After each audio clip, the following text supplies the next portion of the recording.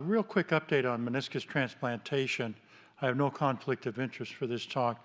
So this is the results of about 252 meniscus repairs that we've done throughout the years. We've used a variety of different types of grafts as shown there, same surgeon. This is a JBJS article, the cryopreserved. We had 20 medial, 20 lateral, so 40. We had 100% follow-up in these, where it's still a short-term study, average of 3 years, single surgeon.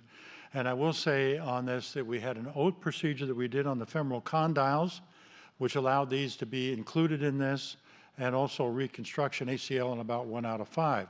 So the goals of meniscus transplantation are to decrease pain.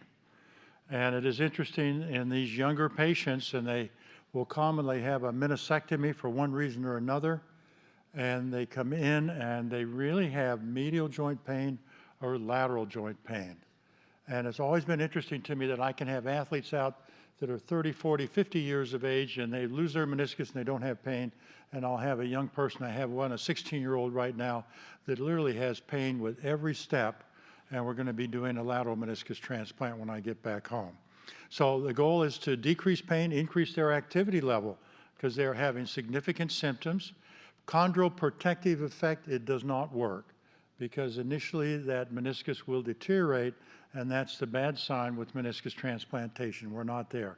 Improved joint stability, yes, absolutely. And Dr. Kelly already said that the meniscus is a secondary restraint to anterior translation. And so if you lose a meniscus, you're going to have increases in all of your stability tests. Plus, you're going to lose 3 to 4 degrees of your tibia slope, which is so important. We've already talked about that. So if we lose the meniscus in a young person, it has not only chondroprotective effects, but it has instability effects. So we're doing meniscus transplantation when we have no other option. If we're 40 years old, we're going to do a partial replacement. So in this study criteria, all the patients are under 50 years of age, tibiofemoral joint pain. They can have early cartilage degeneration, but not down to bone unless we do an OAT procedure, or shown there a Macy procedure, normal alignment, and the BMI has to be normal. These are all exclusionary criteria: advanced arthrosis, malalignment, bone exposed greater than 30% of the tibial surface, instability, obesity, and fibrosis. The operative technique for the lateral and medial meniscus, well, the so-called keyhole technique is really an excellent technique for the lateral meniscus, because we maintain the attachment, the roots that you just heard are so important, they are maintained intact. And so our goal is to be able to slip this in through a slot and then do a bucket handle type repair. And so we do have a video on this that goes through all the different techniques, and you really have to be very careful. You have to measure this with a template. This does take a while to put this in, and if you're not really careful, you'll have a 3 millimeter, 4 millimeter extrusion, and 3 to 4 millimeters extrusion means that that meniscus is not going to work. So the surgeon really has to have the technique to be able to put that in correctly. And one of the papers that we're very proud of is to do a standing MRI after meniscus transplantation that we did, and we published that, and the ability to really install a meniscus and not have an extrusion with a very careful suturing technique. On the medial side, we commonly have to use 2 bone plugs. Occasionally I can do a slot technique, but it comes right close to the ACL, so we have to be careful with that. So here is a demonstration of the slot technique. We're making a slot. We very carefully have measured out with a template where that slot goes. Very carefully, we have to make sure it's not an internal rotation. We have to bring that slot all the way around so it truly is right next to that ACL. This is the preparation of the graft. It slides in, and then we do the suture. Well, what are the results? Well, tibiofemoral compartment pain was markedly improved. 100% had pain preoperatively. We're down to about 29% postoperatively, but it's mild. So the short-term results of meniscus transplantation are actually relatively good. Increase in recreational activities in 76%. We did publish recently a systematic review that showed that you can allow these young patients to do some light recreational activities. Brian Cole, who is an expert at Rush on this same operation, has published similar results. Patient acceptance was 89%. However, if you get an MRI, the results really do not look very good. Normal meniscus in about 42% or about half, But then you have menisci that are altered, they're starting to flatten, they've lost their height, and they're starting to extrude. And 28% have failed. And so what the body is doing is taking back the meniscus. This is a 17-year-old, it's a dentist's son from Louisville. We did a meniscus. 1 year later, we had an opportunity to look at it when we did an ACL, virtually a normal appearing meniscus. 3 years, it's now starting to crack, it's starting to fail, and in some of these, we will in fact do a revision meniscus transplant. And the basic science is not good for a meniscus transplant.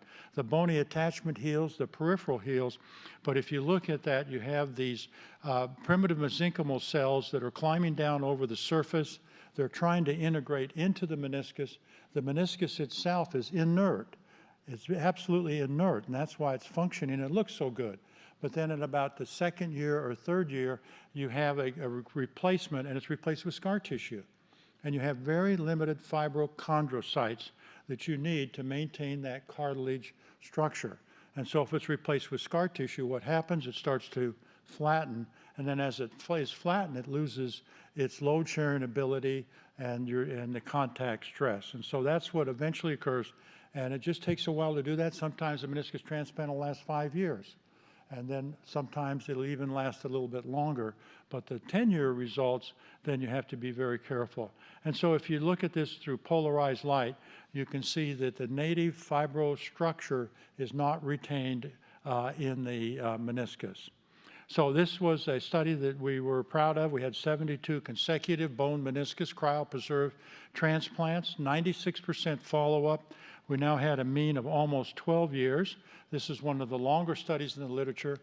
We were pleased that it was published in JBJS, and we had a similar publish in AJSM.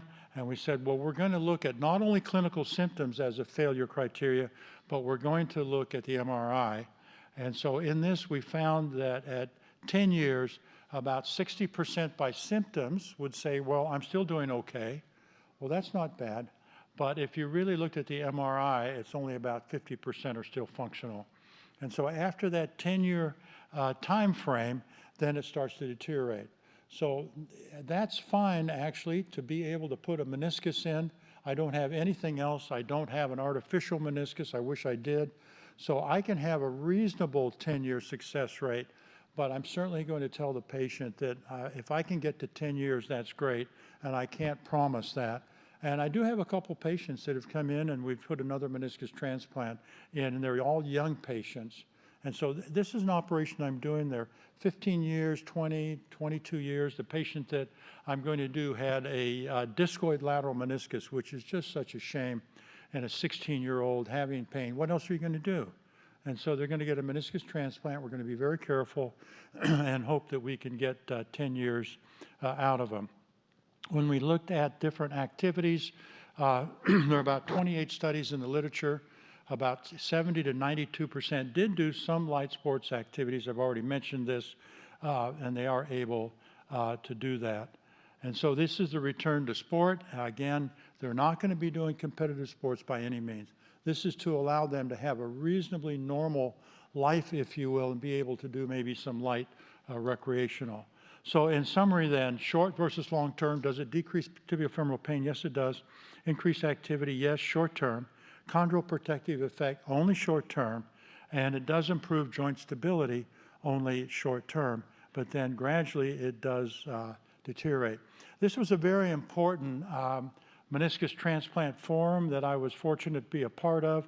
Alan Getgood from Canada was really the motivating person behind this. And those of us doing meniscus transplantation all got together.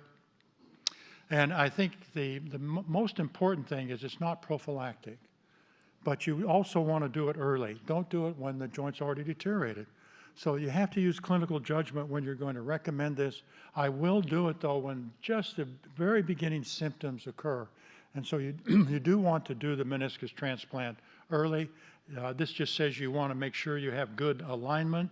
There's still a controversy of bone versus some surgeons are using all soft tissue, which I do disagree with.